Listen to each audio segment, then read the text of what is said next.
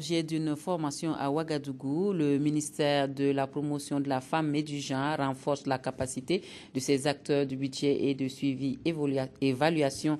La formation sur l'initiative genre et la gestion des politiques économiques se tient en partenariat avec le programme des Nations Unies pour le développement et l'ONU Femmes. À Claudine Bikaba.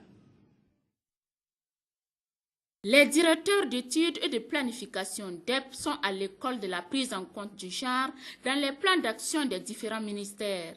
Cette formation est une initiative du ministère de la promotion de la femme et du genre, soutenue par le programme des Nations Unies pour le développement et l'ONU Femmes. Pour ce qui est de cette formation, elle vient au bon moment, parce que nous sommes actuellement dans le processus budgétaire, mais elle vient au bon moment également parce que les ministères et institutions sont dotés de plans d'action et cette formation est une étape supplémentaire dans le renforcement des capacités. Les efforts de l'État burkinabé pour réduire les inégalités et les disparités entre hommes et femmes sont indéniables, selon le représentant résident du système des Nations Unies.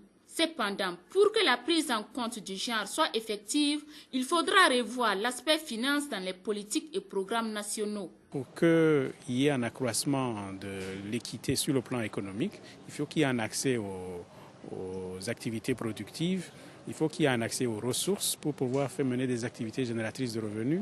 Et il faut donc que la femme puisse participer au même pied d'égalité que l'homme dans les différents projets de développement.